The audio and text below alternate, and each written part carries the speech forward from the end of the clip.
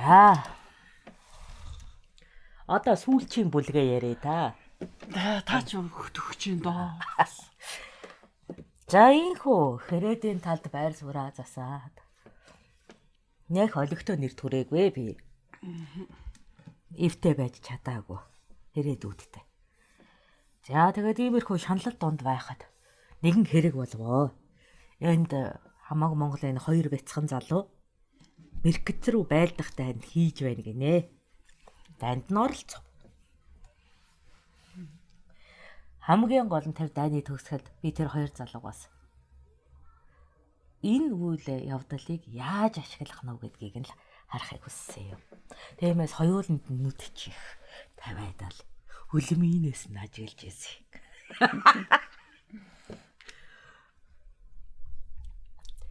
Жамууха таргуудад хамаг Монголыг төлөөлөж мэрэгтийн данд гэрээнд хүрч чадсанаа бахархалтайгаар ярьж жанжин гэдгийг хүлээн зөвшөөрүүлж байлаа.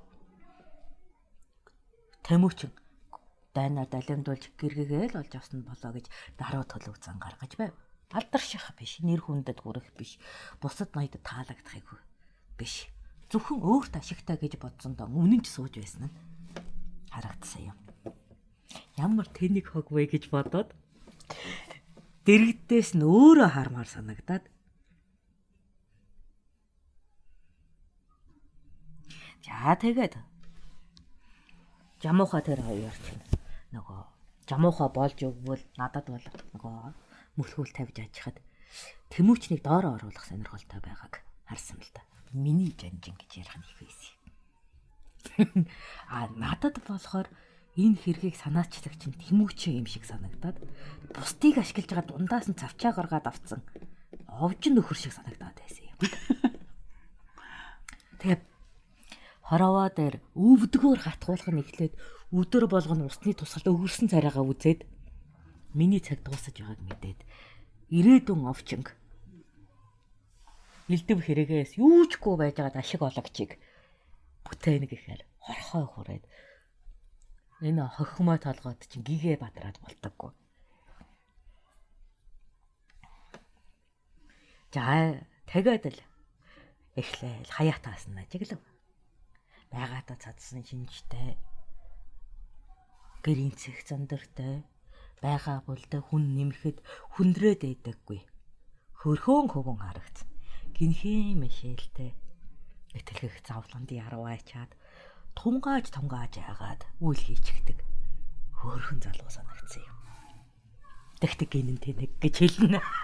Яагаад гэвэл яг жамуух шиг нэр хүртэх ёстой байтал нэр алдар биш. Авъя гэсэн зүйлэн аваад аль бүхнийг гомдоохгүй гэж тэгшид гэж. Миний хамгийн их анхаарлыг татсан явдал гэх юм бол хөрөнгийг боловсралтай хүнд зарцуулдаг чанар нь таалагдсан юм.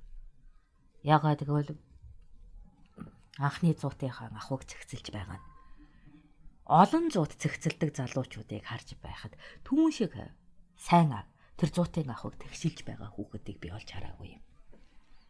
Ингээд л итгэл бадраад л өвдөг үгээрч алах болохоос өмнө энэ хөрөсtöд нэг сайхан ноёдтой болъё гэж ихэндээ бодсон доо. Ухамжтай байна. Тэгээд л нөгөө бусдыг шинчиж байгааг мань бусад ноёд санжуурахдаг нэг тийм жижиг хэлцэл байдаг. Бид чинь долуулаа. Тэгээд намайг сүүлийн үед гэгээ татаалан мишээгээд л гэлбэлзэж догтлоо таваг нөгөө хэдмэнээс уу. Ухах нь. Тэгэхээр нь хэллээ. Энэ мэрэгтийн дайнаар тойрол бол асуудлаа шийдлээ. Жамууха нэр хүртэлээ. Энэ дундаас энэ хоёр хүчийг ашиглаж байгаад гэргийгэн олж аваад цац тэр хүл их сонирхол татаад байна гэв. Чи хэр баргийн юм сонирхтгууд айл гэж байна. Чи ашигл биш бол юм сонирхтгууд гайл гэнэ. Тэгээд ажигснаа хэлвэ. Тэр хөвөөнэ тойрлыг яаж хөдлөх хов хоосон байж сэтгсэнгээ боддоо. Нэгм үстэй тахаар хөдлөгцөнгөө боддоо. Овтой юу гэсэн чинь нөгөөд бол тийм баг шангаар дайнд игдэж байгаа юм уу гэв. тийм баг шангаар дайнд дэгдээс ингэхээр овоо гэрээ чимтэн байгаа вэ гэсэн чи тэр чи одоо өөрөө дайнд бэлтгийхэн өмнө зуут бэлтгэцэлсэн гэвэдтэй гэв. Тэгсэн чи тийм хин зэгцэллээ гэсэн чи хойрд холбогдоогүй гоо зэгцэлсэн биш үү зуутыг нь. Тэр арыг нь даачвөө эсвэл тэр өөрөө сэтгэл татан байв уу? Алив гоохтой уучрал тэгээд.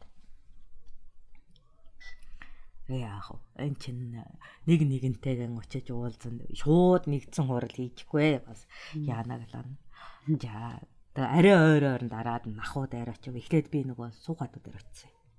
Хөвгүүд нь дайнд явцсан бас дэрэгдээшин шинжсэн нэг жижиг шар юм. Бас нэг хэрэгжүүн дайхтай юм байдаг байхгүй тэдний хөвгүүд гээд. Тэгээ бид хоёр ч энэ таргуудын үед нилээд дотно зовлон жаргал овоолцдаг нөхөр маягтай болчиход байсан юм.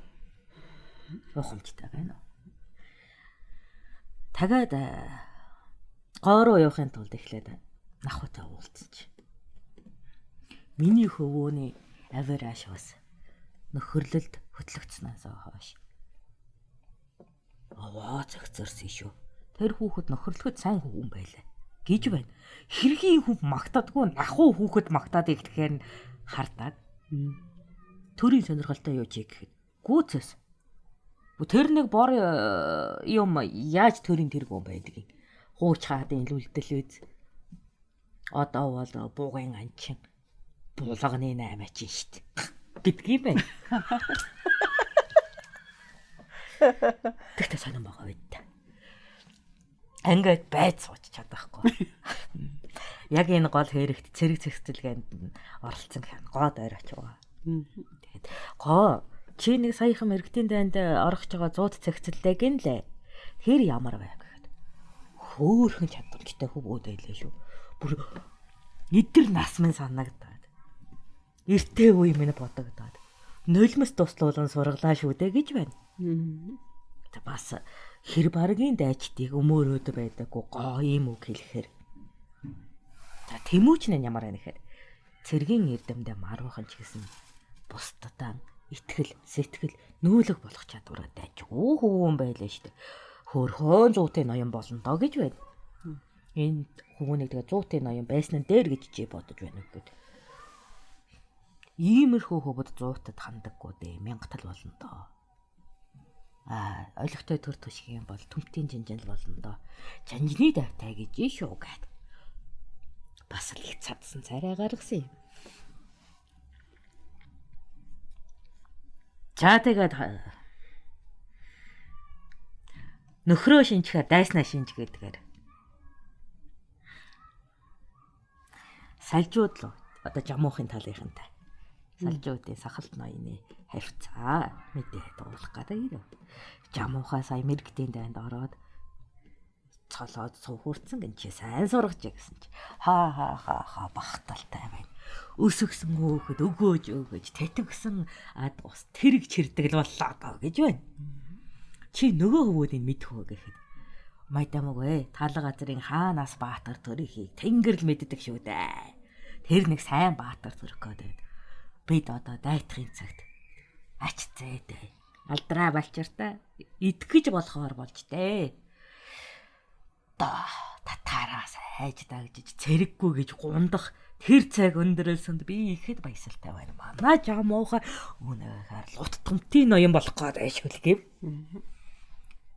Чи зэгсэн болохоор тийм үү гэсэн чи тийм шүү. Би зэгсэн болохоор тийм шүү л гэж байна.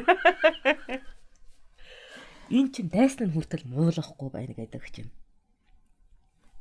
Би дайсан гэдэг нөгөө тал л да. Гүн мэдээлэлгүй тал нь. Ирээдүйд дайсан л да. Иймэрхүү мэдээтэй байна гэдэг чинь сайн хэрэг. За салжуудаас гарлаа агачуудаар ирвэ. Агачуу. Таргуудaan сайн уу? Танай зүр тогтох нуу гэхэд урвсан ноёны хөг дуулахгүй улсын ховчийг сонсохгүй гэж байна. Чи бит хоёр ч ингэж хэлцэх амтан биш дээ. Чиний зээгийн голомт минь сайн шүү. Миний зээ үрсэн үнэн төгөлдөр сайн шүү. Чиш. Тэгээд л хүний сул талаар илэг тэмтэрч сэмж ороод ин та. Тэгээд сая хэргийг чи юу гэж бодож байна гэхэд мэрэгтийн гэрээнд хүрээд таргуудагийн сэтгэл тэнийгээд бас эрдэн залуучуудыг цэргийн эрдэмд өөсөө тэмүүлэлтэй нутгаа манаатай болохыг дуулаад баясалтай байна. Гэв. За тэгээд тайчууд жүрхэн чинүүд яана гэхэд эдгээр залуучууд бүлгэрэх шинжтэй. Энд бид нар одоо хөгшин тооцогдож эхэлв байхаа л гэж байна. Тийш чиний өвдөгнөөнүүдээр хатгаж эхэлв үү. Их нэрийнхээ дээр мордож яхад өвдөгнөөнүүд хол байна гэж байна. Таал хайран авсандаа тэмүүлээд аргуул руугаа зориод байгаа биш үү гэж байна. За тийм байсан бол ам ангаалгах харин дээрээ ч өгөөч. Ямар тааж. Аюулан тоослоод ирэхэд арын алдаг хүүдтэй болж байгаа баясаад л чамаас асууё гэж бодлоо гэхэд. Тийм ээ. Миний мөнхөө 6-аад нэг сайхан нэр болж шүү. 20-од насыг дүүргэх юм бол 30-аад хаварт ирэх юм бол томтын жинж төрөх гэдэг л гэж байна. Сая дайнд оргүй гэсэн чи тэмтэрсэн шүү саадах чинь тэмтэрсэн. Анхны албан ёсны хартны дайнд орчихсон. Маш их баясалтай. Жамуухын талбарт байлдсан штэ цаадах чинь. Яг бүх нэрийг жамуухаа хүртэж байгаа. Албат ардна гэх юм бол миний хөөр бас л нуулсан шүү дээ л гэж байна. Одоо ойлгох нь уу? Тийм үү. Тэг жамуухаа хэр ноён байна гэхэд хиттэй мянгат зэгцэлсэн ч гэсэн төмтийн дайтай симхий гаргахгүй сэвүлдэхгүй зэгцэлсэн гэнлээ.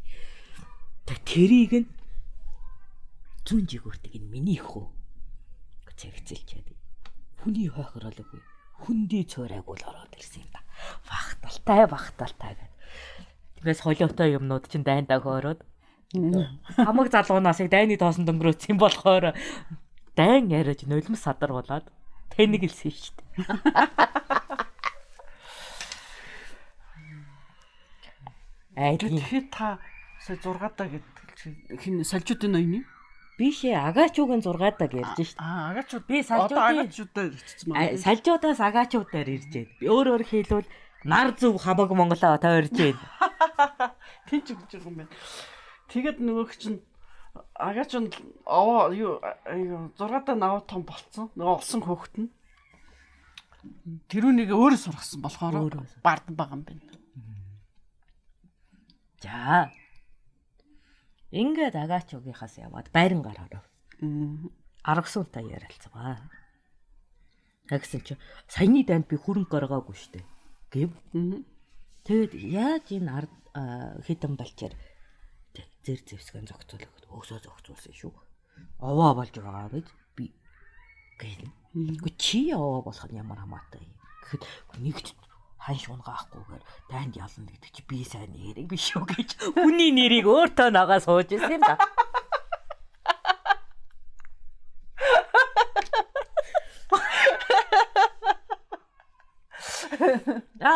Мо алдар нэрийг хуваалцагч гэж уур хүрээд. Тэгэхдээ сангаа бас харамлахтайгаа сайн сангийн сайд болж байна да гэж магтахтайгаа бодос хийгээд. Хар бики дээр ирвэ.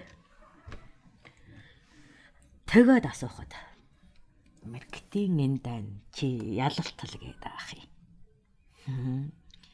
Ялгуулсан хэдэн залуучууд сүрдүүлэн гиндүү довтоолох нь тэнгэрийн таалалаар амар бүтээд тэнхээжлээ мэдэхгүй унах үедээ гэж айж байна гэх юм. Тэгэхээр энэ гэр насгүй гэж үг гэхэд наслах нь эргэлзээтэй байж шүү.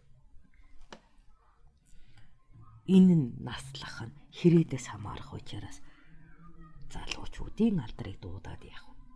Хэрэгсэл зэмсгэл болсон юм да цаад болж байна. Жамуухан одон анхны дайнд ан яалалт үзүүлжээд өнгөрчл яваа биз. Бус энэ мэдэхгүй. Тоосоо үзээд минь дэрсэнд нэцгэн л баясаж байгаа биз. Өө зөөлөг үхэгстэй нэрийг дахиад л дуудчихлаа. Өршөөнөд. Их нь баясаж бас ногчсон билүү. Чин одоо ихнэр нь баясан гэжсэн юм. Чи нөгөө хөвөөний дуулгоо гэхэд дуусан. Суучиглаа олж чадахгүй да сэтгэл имтрээд л сууж байна. Нарийн мэдээтэй. Өөр нь ялалт суучиглаас л үүдэлтэй штэ. хөвгүүдээ сайн жимчилж тандаа мэдээ сайн өгсөнтэй амаатан муу охин минь харин одон амьд өмнө дөө. Иймэрхүү мэдэг аваж байхад үйл дүүргэхгүй бол тэр залууч өнөөдөр өнгө өнөөрлөж үзэмж тодруулж явж чадаач үгүйч. Ялалтын тугийг өргөсөн нь ард тамгалдаж. Ялалтын жимийг зассан нь мартагдах юм да. Миний муухан хаана явсан бол тоо гэсэн юм да. Ингэж л энэхүү дайны мөрлөө шургаад орчихсон юм. Гэхдээ дайны мөр сайн байлаа гэд ганц зуутыг цуглуулж байгаа тэр хүү бүхэл бүтэн Меркт аймаг руу давталах тэр симхийг яаж гаргасан надад сонин санагдав. Хулгайлагтаас нэг нь бодоод олхнуудууд бутгалцсан бол ууч гэж бодох шиг.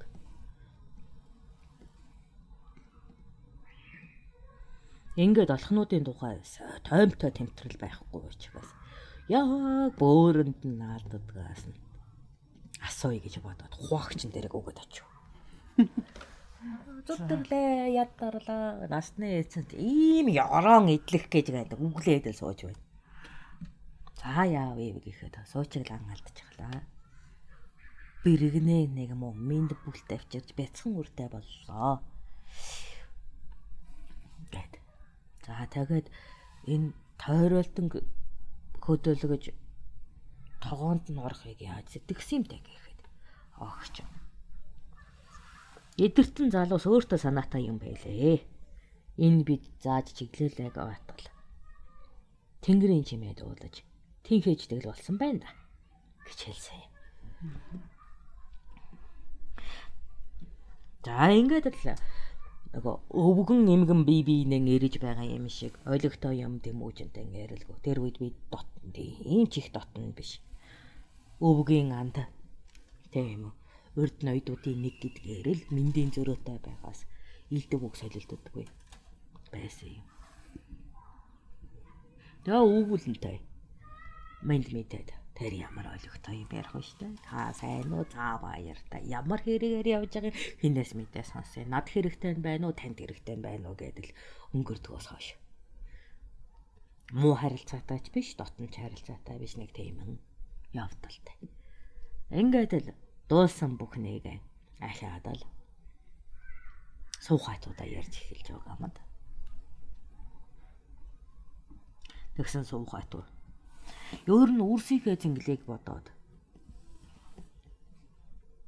бид 1000 талбал яасан төмтөлбөл яасан гин.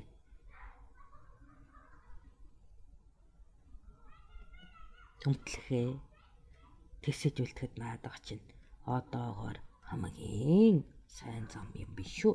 Хэдий болтол 1000 толгойтоор явах билээ. Одоо хөвгүүдтэй мэдлэн өгөөд хойноос нь алтасыг нь засаад урдаас нь ухааны дүүргээд явах цаг болж дээ. Нэг тэгээд долуулаа нэж төмтлээ гэсэн юм. За тэгээд бид төмтлээ гэхэд хиндэн үлдээж төмтийн толгоогоо хинээр тавих уу? Чиний хүү сайн уу, миний хүү сайн уу гэхгүй юу? Үгүй. Бид биенийхээ хүүд наадах юм бол мөр зэрэгцэж чадхаа байж. Нэгнийхээ үгэнд автдаг болчихно. Тэгснээс энэ сүүл гараасан нилээн омигтэй залуу идэртэнг төмтийн толгоогоороо тавьчаад түүнийг хитэн талаас нь тэгш өргөж идэх үү гэхэд болно. Биднээс ис хамаатна. Бидний хөвгүүдэд хань болсон нь дээр. Ухтаас андын гэрээтэй ойртоо тамаргийн сэтгэлдээ дөхөөд байгаа юм. Болно. Ямар эцэг нь муу байсан юм биш. Өвгөд нь туухай донж исэн биш. Болно гэд. Ингээд л тэнгүүчэн дээр. Ноёдууд цугалдаг ч нэхэлсэн юм да. За. Сүүлийн бүлэг ингээд амар сайхан дааж аргачээ. Төмтөлх нь 1000 таар асуудлаа шийдэхээс амар байсан. Бид нар хаан залах гээгүй. Зүгээр нэг төмтийг дараагийн дайнд дараагийн асуудал бэрхшээл, дараагийн тахал төвөгөө, дараагийн ганцуд байгалийн гамшигт тэсэж үлдэхээр хүний хүч оюуны охийг цэгцлэхийг оролдсон юм. Ингэж л Тэмүүчний анхны мянгад түүний дараах түмт бүтсэн юм да. Огомжтой. За зөв тав. Даваа борл өөрхөн амьдралыг ярьж өглөө. Тэгэхээр энэ яриа маань маш олон хэсгээс бүрдэж байгаа. Өрг цатаг тамга, өрг тунхаг тамга, өгүүлхэн ухаан гэдэг энэ өмнө гарсан судруудад Даваа борл өөрийн одоо түүхээс баг багаар ярьдаг байлаа. Тэгэхээр тэр үйл явдлууд энэ бол тухайн цаг үедээ бол ийм л юм амьдэрсэн юм байна, тэгсэн юм байна гэдэг ингээд өнгөрөөж байсан ч гэсэн сая одоо подкастаар бол ерөнхийдөө тэрний ард байсан улс төрийн бодлого, нийгмийн байдал, за тэгээд тэнд амьдарчсэн хүмүүсийн одоо ахуй амьдрал гэдэг түнд нөлөөлж ирсэн болгоныг гадны бодлого, дотоод бодлого гэдэг тэр болгоныхоо тухай ингээд нарийн ярьж өглөө. Их сонирхолтой байлаа. Гэхдээ энэ яриа бол зүгээр нэг хүний зүгээр хувийн амьдрал гэхээсээ илүүтэй бидэнд юу зориулж хэлж ийн гэхээр энэчнээс суралцаасаа, улс төрд суралцаасаа, амьдрал суралцаасаа аливаа юмыг олон талтаас нь гэж шалгаж үзэж олон зүйлийг ойлгож ганцхан хохирогчийн тал биш, ганцхан зохион байгуулагчийн талж биш, бас гэрчийн талаас ч биш, бүхэл талаас нь бүгдийг сонсож мэдчихэж шийдвэр гаргадаг юм байна гэдгийг ерөнхийдөө бид нарт бас сурахыг хичээсэн гэж ойлгож байна. Нэг юм ингээ анзаараад ажаад үзэхэд бол буурлал өөрөө маш олон талын зүйлээр бодож ингэ төлөвлөж байна. Аливаа нэгэн одоо зовлон бэрхшээлийг туулахдаа тэрнийг яаж давж гарах уу гэдэг маш олон талаар ингэж төлөвлөж бодцоод за тэгээд өөрөө шийдэл гаргах чадахгүй юм уу, эргэлзэх эсвэл тэрнийг шийдлээ баттахын тулд заавал нэгэн одоо ухаантан хүн, игэл хүн, бүр өөрийн бас хамгийн одоо тэнэг энд гэсэн янз бүрийн одоо өөрөө ч бас ярьж ирсэн юм 3 төвшөнд бусад хүмүүстэй харилцан ярилцаж байж тэнцэнээс гарц гаргалгаа, тэнцэнээс зөвлөгөө гэдэг зүйлийг аваад тэгээ хамгийн одоо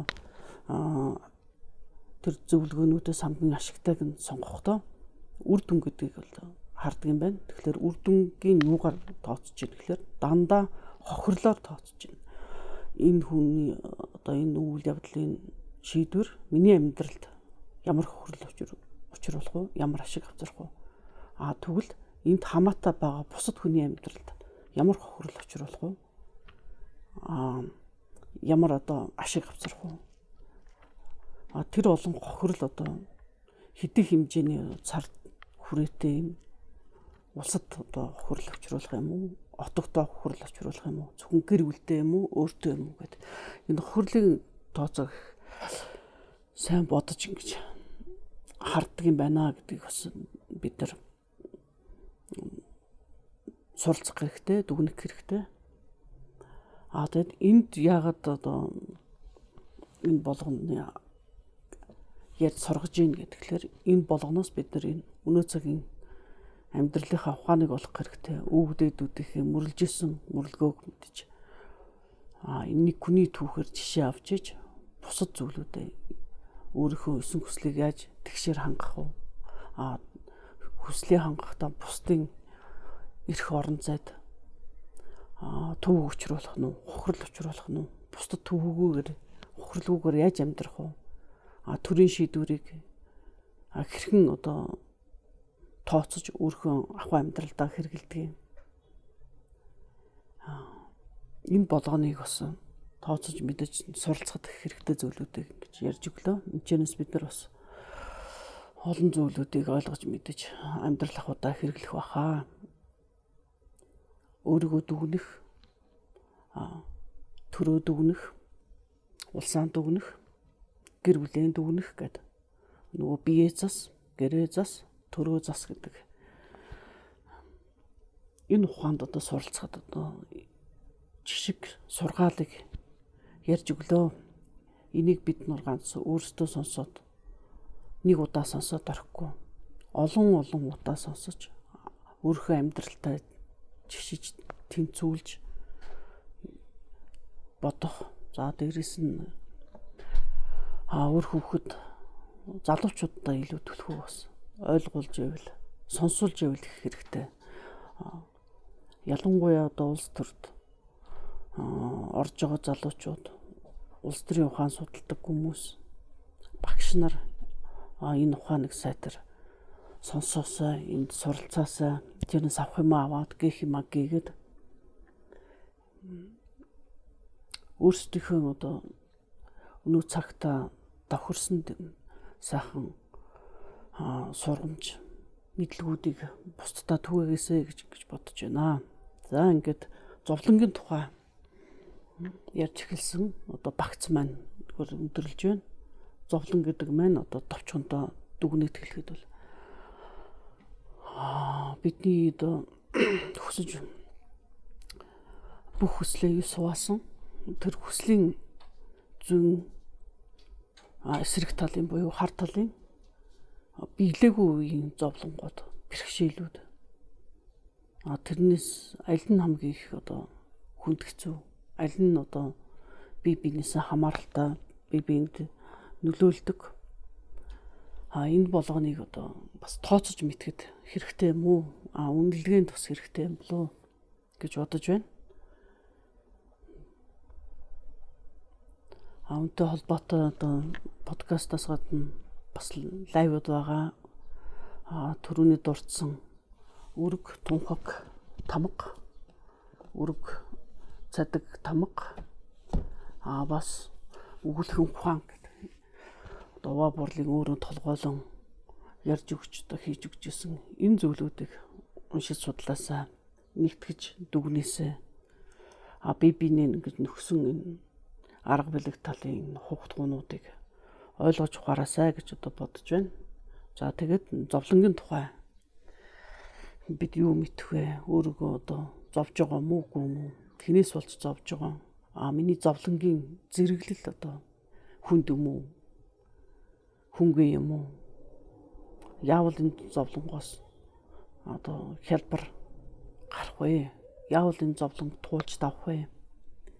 Энэ зовлон гэж бодох юм уу? Эсвэл үнэхээр энэ зовлон гэд бусдад нь ялзаах уу? Өөрөө давж гарах уу гэдэг энэ олон арга ухаануудад суралцах аргачлал болсон бахаа гэж бодож байна.